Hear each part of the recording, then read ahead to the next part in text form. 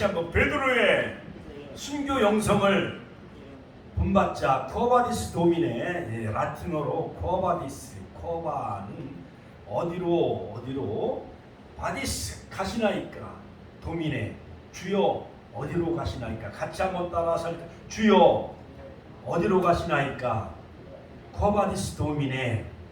자 여러분, 하나님은 위대한 꿈을 가진 사람들을 하나님이 사용하신 것을 볼 수가 있습니다. 자, 그러므로 역사에 하나님은 바로 꿈을 꿨던 이 베드로를 통해서 하나님이 정말 로마를 복음화하는데, 또한 12사도에 바로 그 수제자로 하나님이 바로 베드로를 사용하신 것을 볼 수가 있습니다. 자, 그러므로 여러분, 요한복음 13장 36절로 38절을 중심으로 해서 베드로의 새 모습을 우리가 살펴보면서 함께 은혜를 나누고자 합니다. 먼저 우리가 예배 전에 보았던 그 영화 중에 보면 코바디스라는 영화가 있습니다. 1950년대의 기독교 영화로서 대히트를 친 영화로서 1895년 헬리크 쇤키비치, 폴란드의 쇤키비치라는 그 소설가가 바로 코바디스라는 바로 이 문학 작품을 쓰므로 말미암아 노벨 문학상을 수상하게 되어지죠. 바로 그 내용의 핵심의 내용은 뭐냐? 바로 그 로마의 군인인 비키니우스와 그다음에 기독교인 그 소녀인 리디아, 바로 여인과의 아름다운 그 로맨스, 사랑에 관한 이야기가 그 전체에 흘러가고 있는 것을 볼 수가 있습니다. 자, 그런데 바로 이 네로 황제 시대에 바로 네로가 바로 로마를 다시 건설하기 위해서 로마의 화제를, 즉 로마를 다 불태웁니다. 그는 어떠한 사이코 마냥 정신착량증에 빠지죠. 그래놓고 로마를 불태우고 기독교인들이 방화범이다 라고 그들을 뒤집어 씌워가지고 기독교인들을 무참히 학살하고 원형 경기장에 굶주린 사자를 풀어놓아서 기독교인들이 그 사자 맹수에 의해 막 죽임을 당합니다. 그때 바로 늙은 이 노 사도인 베드로가 로마의 네로 황제의 바퀴를 피하여 그 로마를 탈출합니다. 그 나자로하고, 어린 나자로하고 같이 영화 속에 그 베드로가 로마를 등지고 탈출해 가는데, 그 숲속에서 부활하신 예수님이 쫙 빛 가운데 나타납니다. 그때 베드로가 무릎을 쫙 꿇으면서 주여 어디로 가시나이까, 코바디스와 도미네. 그때 바로 부활하신 예수님은 바로 베드로를 향해서 이렇게 말씀합니다. 대답을 하시는데, 내가 나의 양떼를 버리고 로마를 떠나려고 하니 내가 다시 로마로 돌아가서 십자가 지고 죽으려고 나는 그 성도들 향해 나아간다. 이렇게 주님이 말씀하시자 베드로는 발걸음을 돌이켜서 다시 자기의 양떼들 향해 그 원형 경기장에 다 나타나요. 그러면서 하나님의 주 예수의 평강이 하나님의 귀한 양떼들에게 내려 주옵소서 막 기도를 해요. 네로 황제, 그대는 잠시 잠깐 권력을 유지할 뿐이지만은 그러나 예수 그리스도는 만왕의 왕으로 영원히 forever, 영원한 우리의 왕이시다 하면서 막 베드로가 나타나서 기도를 해요. 그러니까는 원형 경기장에 막 사자들이 막 어린아이를 막 잡아먹어요. 기독교인들을 막 물어뜯고 막 그 학살하는 그 광경 속에서 많은 그 기독교인들은 바로 주님을 찬양하면서 그들은 순교의 길을 걸어가는 것을 볼 수가 있습니다. 자, 여러분, 요한복음 13장 36절에서 38절까지 바로 이 베드로의 또한 세 가지 얼굴의 모습을 소개하고 있는데, 자, 먼저 저는 누가복음 5장에 나타난 그 베드로의 그러한 자연인 베드로의 모습을 먼저 제가 말씀드리고 드리고 싶습니다. 자, 베드로, 바로 이 베드로는 사실 갈릴리 베세다의 출신이었던 것이었습니다.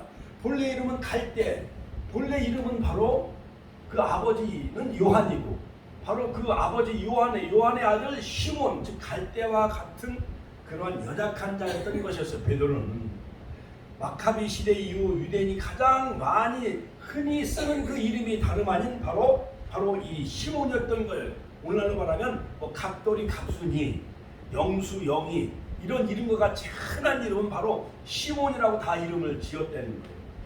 자, 그런데 예수님이 그를 요한복음 1장에서 보면 예수님은 그를 부르시고 개바라, 그렇게 새로운 별명을 요한복음 1장 40절에 붙여줍니다. 또한 가버나움 근처 베세다 동네에서 바로 이 베드로는 어부 출신이었어요. 어부 출신. 요한복음 1장 49절. 그러므로 바로 이 예수님이 베드로를 부르시는데 나를 따르라 이렇게 말씀하시니까, 베드로와 안드레는 두 형제였습니다. 야고보, 요한 이 네 명의 제자는 다름 아닌 세례 요한의 제자였던 것이었습니다. 그런데 가이사랴 빌립보에서 마태복음 16장에서 바로 주는 그리스도시요 살아계신 하나님의 아들임을 고백했던 베드로에게 새로운 칭호인 반석 페트로, 같이 한번 따라서 페트로, 페트라는 반석인데 바로 페트로라는 그 이름을, 새로운 칭호를 부여해 준 것처럼 우리는 예수님을 알지 못했던 그 시기에는, 우리가 10년 전, 또 30년 전, 40년 전에는, 또한 우리가 예수님을 모르고 지냈던 그 시기에는 나 시몬, 갈대와 같은 연약한 존재였어요. 그러나 예수님을 만나고 말씀을 붙잡고 성령을 받은 이후부터는 베드로와 같은 반석, 할렐루야. 시편에도 보면 주는 나의 반석이시오 피난처가 되시고, 할렐루야. 그것처럼 여러분 베드로와 같은 정말 위대한 신앙을 고백하는 자 되시길 주의 이름으로 축원합니다. 자, 그러므로 그 인적 사항을 살펴보면은 바로 이 갈릴리 바닷가에서 고기 잡는 어부에 불과했던 것이었어요. 자연인 베드로, 같이 한번 따라서 자연인 베드로. 여러 가지, 그는 결혼해가지고 장모님을 모시고 살았어요. 그리고 예수님을 만나기 전에는 바로 배와 그물이 그의 전 생업이었고 직업이었던 거예요. 그런데 예수님을 만난 이후부터는 배와 그물과 붓을 버리고 예수님을 따르기 시작을 해요. 그런데 예수님이 십자가에 고난당하시고 산헤드린 공의원에 붙잡히자 계집종 앞에서 모른다고 3번이나 부인하지요. 그것도 저주하고 아주 모른다고 강력하게 부인하지요. 그러니까 부인하는 베드로, 같이 한번 따라 부인하는 베드로. 첫 번째는 자연인 베드로, 두 번째는 가이사랴 빌립보에서 주는 그리스도 살아계신 하나님의 아들임을 고백하는 베드로, 그 다음에 예수님을 모른다고 저주하고 부인하는 베드로, 마지막에는 순교하는 베드로. 같이 한번 따라서 순교하는 베드로. 자, 첫 번째 이 자연인 베드로의 그 생애의 주요 사건을 살펴보면은, 그는 바로 하나님이 쓰시기 위해서, 대사도로 쓰시기 위해서, 네로 황제 때 정말 로마를 복음하기 위해서 정말 하나님이 그를 준비시키는데 해당해서 교육을 받습니다. 그 다음에 학문이 없는 범인이었습니다. 사도행전 4장 13절. 율법과 예언 세계에 대한 어느 정도의 지식은 가지고 있었어요. 그는 베데스다에 거주하며 또한 결혼하여 장모를 모시고 살았고, 또한 배가 있었고, 그 다음에 그물도 있었고, 그러므로 집도 있었기 때문에 어느 정도 중산층 정도는 되는 그런 그 베드로였던 것이었어요. 그는 늘 갈릴리 바다를 누비며 살았기 때문에 갈릴리 바다에 어디가 고기가 많은지 적은지 손바닥 보듯이 그렇게 세밀하게 잘 아는 어부였던 것이었어요. 누가복음 5장에 보면은 예수님이 막 말씀을 전파하신 후에 예수님이 어느 배에 올라타셨어요? 베드로, 같이 한번 베드로의 배. 자, 예수님이 막 설교를 하신 후에 그 많은 갈릴리 바닷가의 배 가운데 예수님이 베드로의 배에 오르십니다. 그리고 베드로에게 뭐라고 말씀하시느냐? 깊은 데로 가서 그물을 내려 고기를 잡으라. 누가복음 5장 4절. 자, 여러분, 우리가 상식적으로 저 남해 바다, 얼마 전에 저 부산 앞바다, 또 제주도도 한번 갔다 왔는데요. 우리가 한 2년 전이죠. 해각 기념으로 저 제주도 한번 갔다 왔는데 우리 권사님이 또 잘 다녀오라고 또 여비도 또 이렇게 주셨잖아요. 그렇죠. 제주도의 그 깊은 바다 같은데 우리가 상식적으로 물론 원양어선을 하는 사람들은 잘 어디에 고기가 많이 있는지 적은지 아시겠지만, 그러나 일반적으로 그냥 이런 호수나 바닷가에서 이러한 강가에서 이렇게 그물을 던져 고기를 잡는, 투망을 던져서 고기를 잡는 사람들은 깊은 데 가면은 배가 뒤집히면 큰일 나잖아요. 그렇지요. 풍랑과 파도가 많이 일어나잖아요. 그렇지요. 그러니까 베드로의 어떠한 경험과 상식적으로 생각해 볼 때에 어느 정도 고기가 좀 많이 이렇게 때를 지어 다니는 곳은 깊은 곳일까요? 아니면 조금 얕은 곳일까요?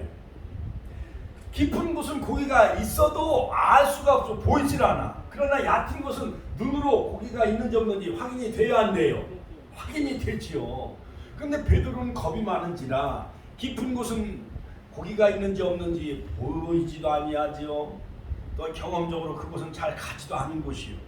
늘 얕은 곳에서 그 투막을 던져가지고 여러 가지 뭐 피레미, 붕어, 여러 가지 그다음에 뭐 꽁치나 뭐 고등어, 오징어 이런 거 잡으면은 늘 노량진 수산시장이나 저 부산 어시장 같은 데 이렇게 팔아가지고 새벽 시장에 가서 막 경매에 넘기고 그러면은 이제 쌀도 사고 옷도 사고 이제 여러 가지 생활 필수품도 사고 채소도 사고 그다음에 옷도 사고 이렇게 살림장만을 해야만 되어졌던 거예요.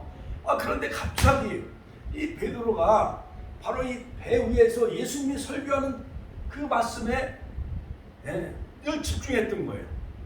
어떻게 보면 오늘날 예배에 참석한 거예요. 베드로가 주일날 예배에 참석한 거예요. 예수님이 설교하는 그 무대 위에 바로 예수님이 그 모든 산상수훈 천국에 관한 말씀을 설교하는 그 내용을 집중하며 듣고 있었는데, 설교를 마친 후에 예배를 마친 후에 예수님이 누구의 배에 올라타셔요?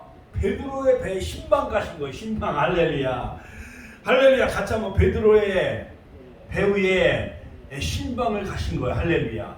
자, 그러면서 베드로에게 첫 번째 하신 말씀이 누가복음 5장 한번 읽어봐요. 누가복음 5장 읽어봐요. 베드로에게 뜬금없이 깊은 데 가서 그물을 내려 고기를 잡으라. 깊은 곳에 그물을 내려 고기를 잡으라. 이렇게 명령하셔요. 한번 읽어봐요. 누가복음 5장. 자, 한번 읽어봐요. 누가복음 5장 4절 5절.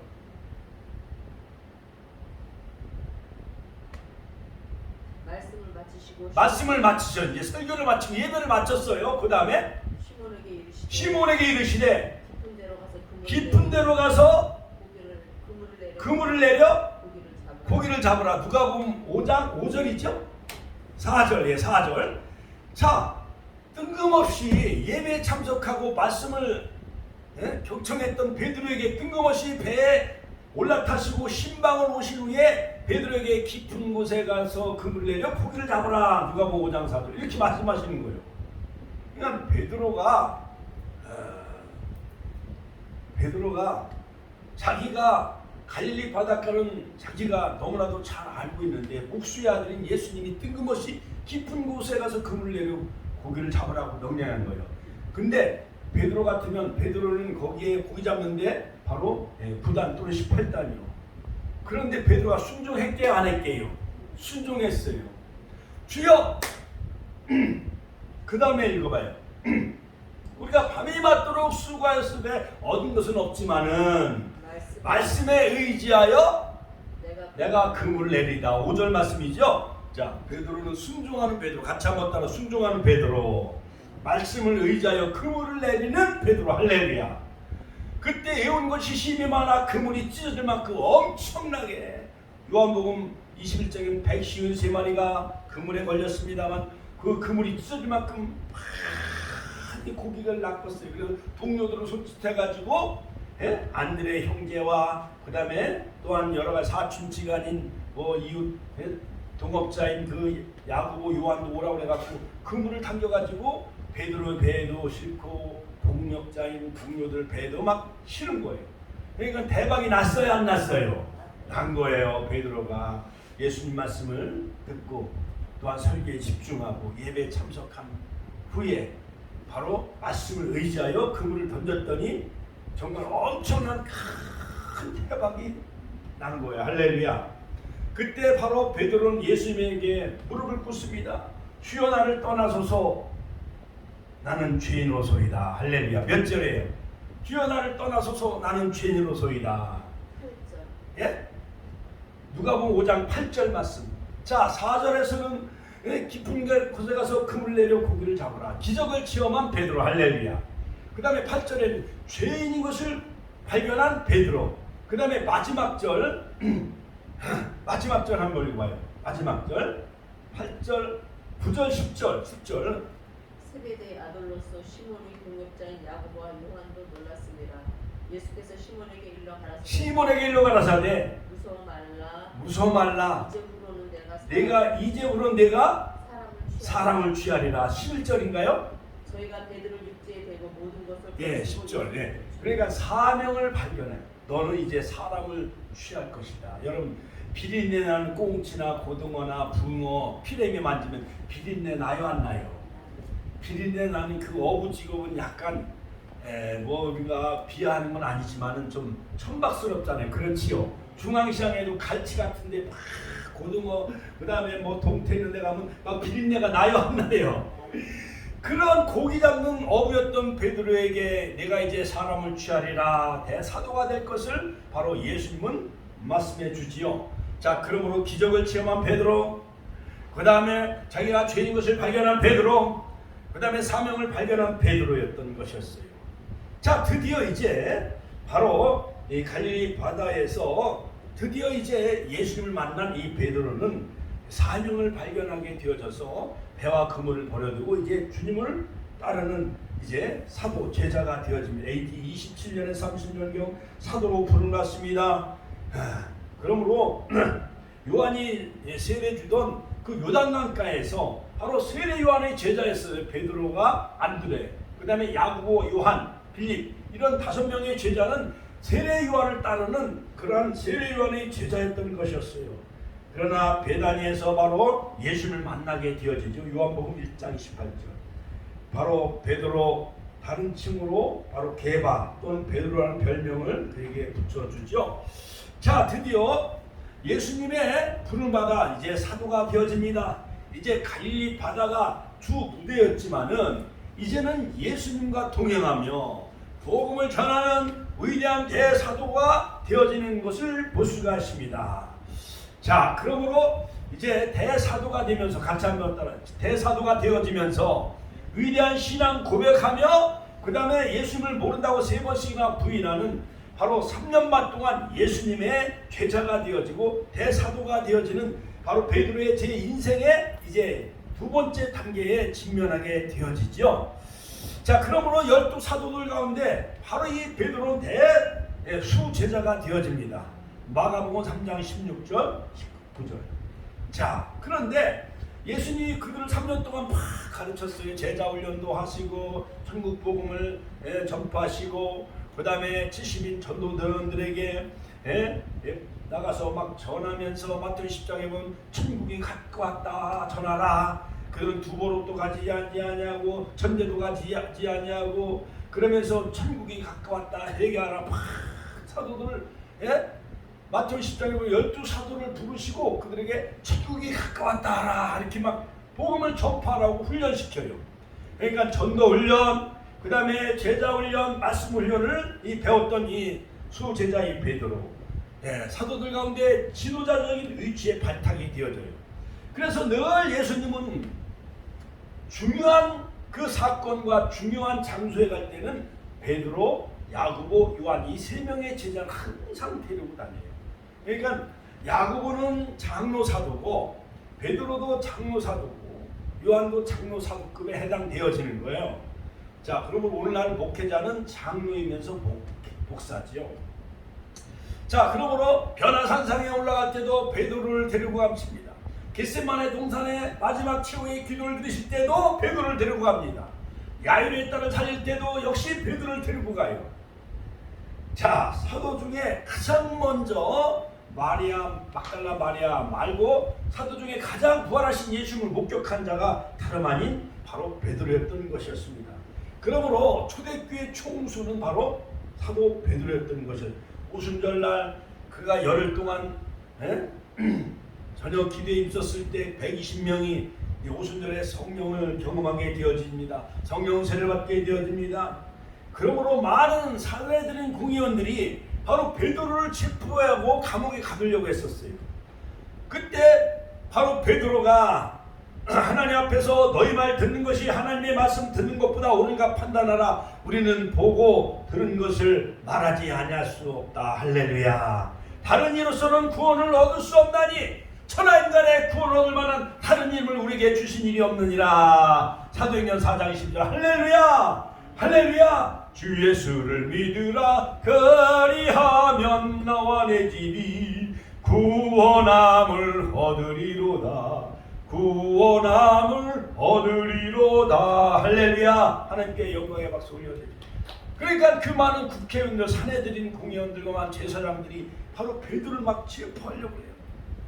막 안진뱅이도 막 일으켜요. 베드로가 사도행전 3장에서 많은 사람들이 3,000명, 5,000명이 회개하는 역사가 일어나요. 너희들이 십자가에 못 박아 죽인 예수 그리스도는 하나님의 아들이시다.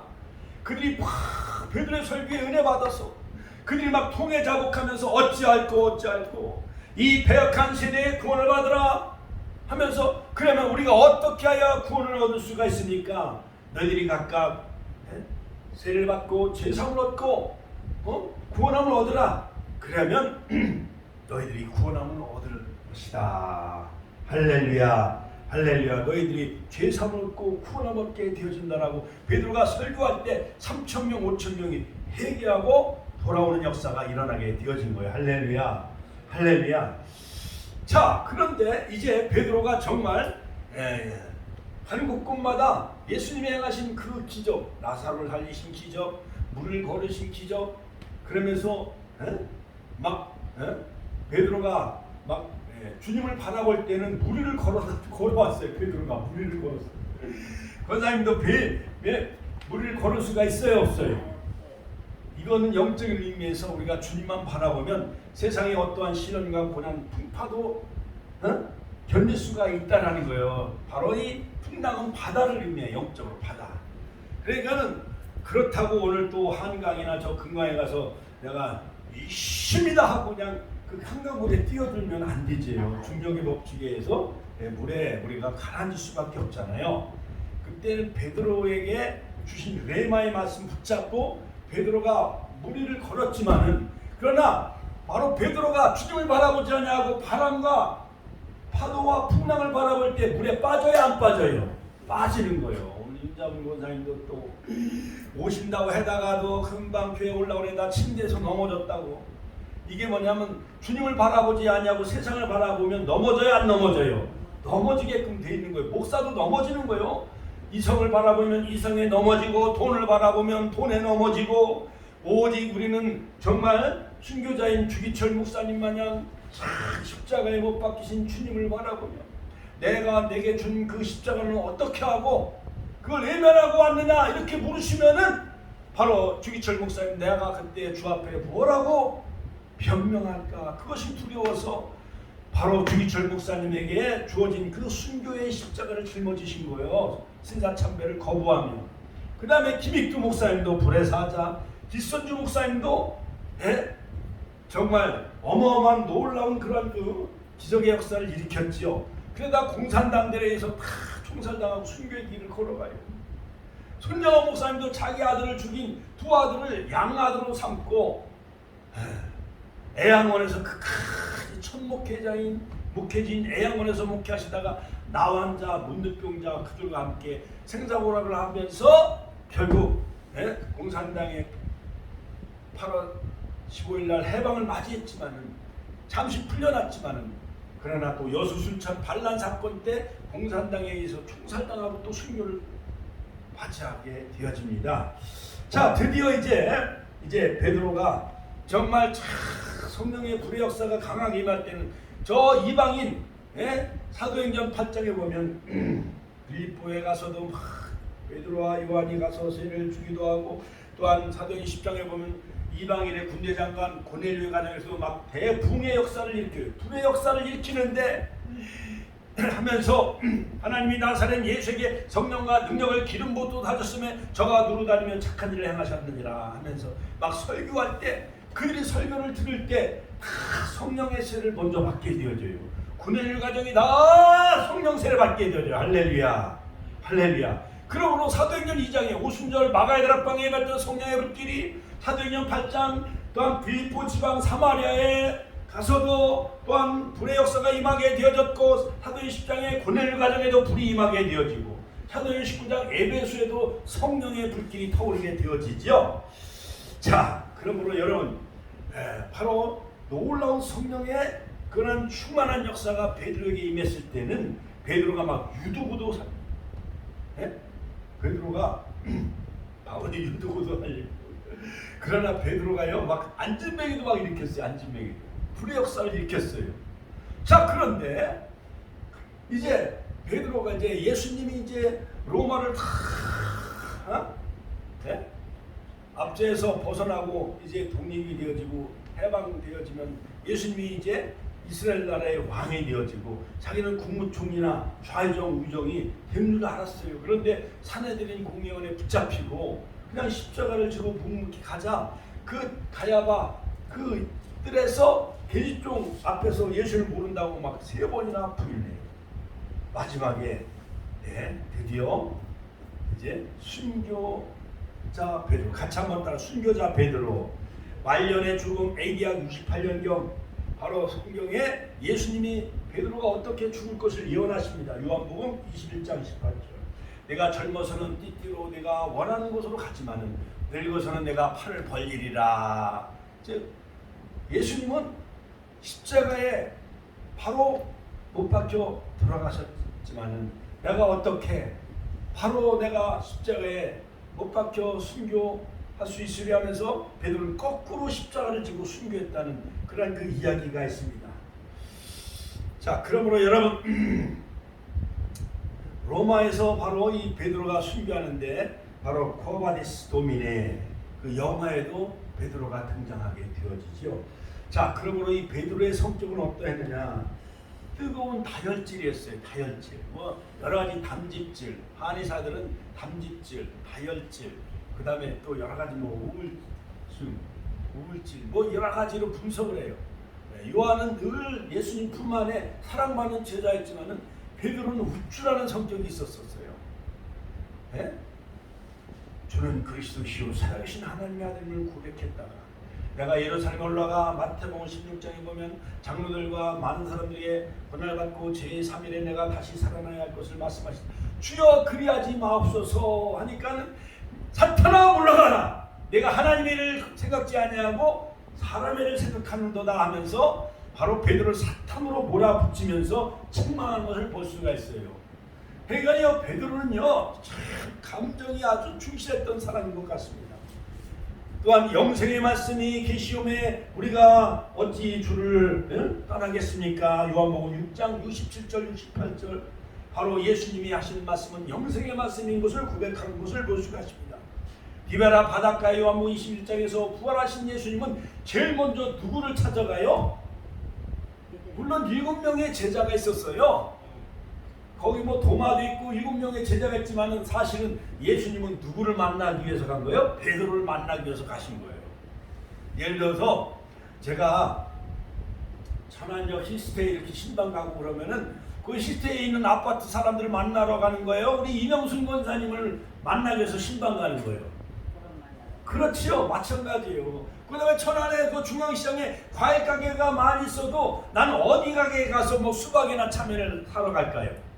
당진상에. 할렐루야. 그거예요. 항상 하나님은 믿는 백성들을 불꽃같이 눈동자로 우리를 바라보듯이 뒤에 목자들은 양을 찾아 양이 어떻게 됐나 이리한테 물어가지 않냐 마귀사탄에 우는 사자와 같은 마귀사탄에 먹이가 되지 않는가. 그렇게 목자는 양을 살피는 거예요. 그 다음에 베드로 전후서를 기록을 합니다. 그리고 이 베드로의 단점 뭐냐? 여러 가지 충동적인 성격이 있어요. 충동적, 기분에 따라 막 높낮이가 있었던 것 같습니다. 주를 버리지 않겠다고 호언장담했어요. 그러나 새벽에 계집종 앞에서 3번이나 주를 모인다고 또 부인합니다. 마가복음 14장 29절, 66절, 72절. 겟세마네 동산에 제사장 그 말구에 칼을 빼가지고 바로 예수님을 체포하러 온 그 말구의 제사장이 칼로 그냥 그 말구의 귀를 잘라버려요. 그냥 검을 든 자는 검으로 망할 것이라면서 검을 도로 꽂으라고 하지요. 자만심이 가득했습니다. 자, 그러므로 이 베드로 이 순교 영성을 통해서 우리에게 주시는 교훈은 무엇이겠습니까? 자, 무엇보다도 베드로가 많은 그 결점을 가졌을지라도 3번이나 예수님을 모른다고 부인했지만은 바로 그 베드로를 받아들이고 또 품어주십니다. 위대한 사도로 만들어가요. 여러분, 자식이 7자식이 많이 있다 할지라도 우리 권사님은 4명의 자식을 낳았다고 그랬죠. 그렇죠? 그러나 속쓰기는 자식이 뭐 누가 한두 명 있어도 그래도 내가 배 아파 난 자식이기 때문에 그 자식에 더 마음이 가요 안 가요? 큰아들이 나를 모시고 큰아들이 조석으로 아침 저녁으로 밥상을 차려주고 한다 할지라도 그러나 좀 안 된 그 자식들은 더 그 마음이 가요 안 가요? 그거 마냥 예수님도 예수님 모른다고 3번이나 부인했던 베드로, 겟사렛으라 나는 물고기 잡으러 가노라면서 디베라 바닷가 갈릴리 바닷가로 도망간 이 베드로를 예수님은 쫓아가셔서 또 부활하신 예수님 또 나타나셔서 아침상을 차려주고 숯불에 구운 생선과 떡을 구워서 먹여주셔요. 그러면서 베드로야 요한의 아들 시몬아, 자연인으로 불러. 요한의 아들 시몬, 자연인은 요한의 아들 시몬이요. 갈대처럼 흔들린 것도 그렇게 성령 충만했던 베드로가 갈대처럼 푹 예수님이 체포당하자 자연인으로 돌아가요. 베드로가 그때 부활하신 예수님은 나타나셔서 요한의 아들 시몬아, 내가 이 많은 사람들보다 나를 더 사랑하느냐? 아가파오로 물으셔요. 내가 주를 사랑하는 줄 주께서 아시나이다 하면서 내 어린 양을 먹이라, 또 내 양을 치라. 처음에는 초신자 어린 양, 두 번째는 중급신자, 세 번째는 또 내 양을 먹이라. 같이 한번 따라 내 양을 먹이라. 그러므로 말씀으로 교육을 잘 가르쳐라. 내 양을 치라. Take care of my sheep. 그러니까 성도들을 늘 보호하고 양육하라. 그 위임 사역을 베드로에게 맡기시죠. 자, 그러므로 여러분, 예수님은 바로 약한 면이 많이 있던 베드로를 찾아가셔서 그에게 새로운 목양 사역을 위임하시고, 또 장차 내가 순교하여 로마를 복음할 것을 예수님은 말씀하신 것을 볼 수가 있습니다. 자, 그러므로 여러분, 베드로에게 천국 열쇠를 맡기셨던 그 주님은 여전히 변함없이 그 베드로를 또 찾아가셔서 낙심하고 절망하고 부인한 그 배신자인 베드로에게 찾아가셔서 또한 떡을 먹이시고 생선을 구워서 그를 먹이시고 새로운 목양 사역을 맡기신 것을 볼 수가 있습니다. 자, 그러므로 여러분, 요한복음 13장 36절로 38절, 바로 지금은 내가 바로 주님을 따라올 수 없을지라도 시몬 베드로가 주여 어디로 가시나이까? 한번 요한복음 13장 36절 다시 한번 읽어봐요. 요한복음 10장 36절.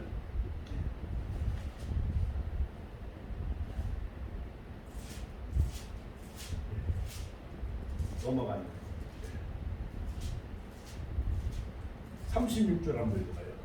36절. 시몬 베드로가 가로되 주여 어디로 가시나이까? 예수께서 대답하시되 나의 가는 곳에 내가 지금 따라올 수 없으나 따라오리라. 내가 지금은 나를 따를 수 없으나, 또 한번 읽어봐요. 내가 지금은 따라올 수 없으나 후에는 따라오리라. 내가 지금은 아직은 따라올 수 없는 그런 영적인 준비가 아직 안 돼 있다라고 주님은 그렇게 말씀하셨습니다. 따라올 수 없는 약간 성숙이 좀 안 된 상태를 말씀하고 계세요. 그 다음에 계속 또 베드로가 가로되 주여 내가 지금 어찌하여 따를 수 없나이까. 주여 내가 지금 어찌하여 따를 수 없습니까? 즉 자신을 직면한 그 베드로, 자기가 정말 상태가 어떠한 것을 바로 베드로가 스스로가 그것을 알게 되어지는 것을 볼 수가 있습니다. 주여 내가 지금은 어찌하여 따라갈 수 없나이까. 주 위에 내가 목숨을 버리겠나이다. 또 얼마나 베드로가요 얼마나 그 자존심이 강한지요.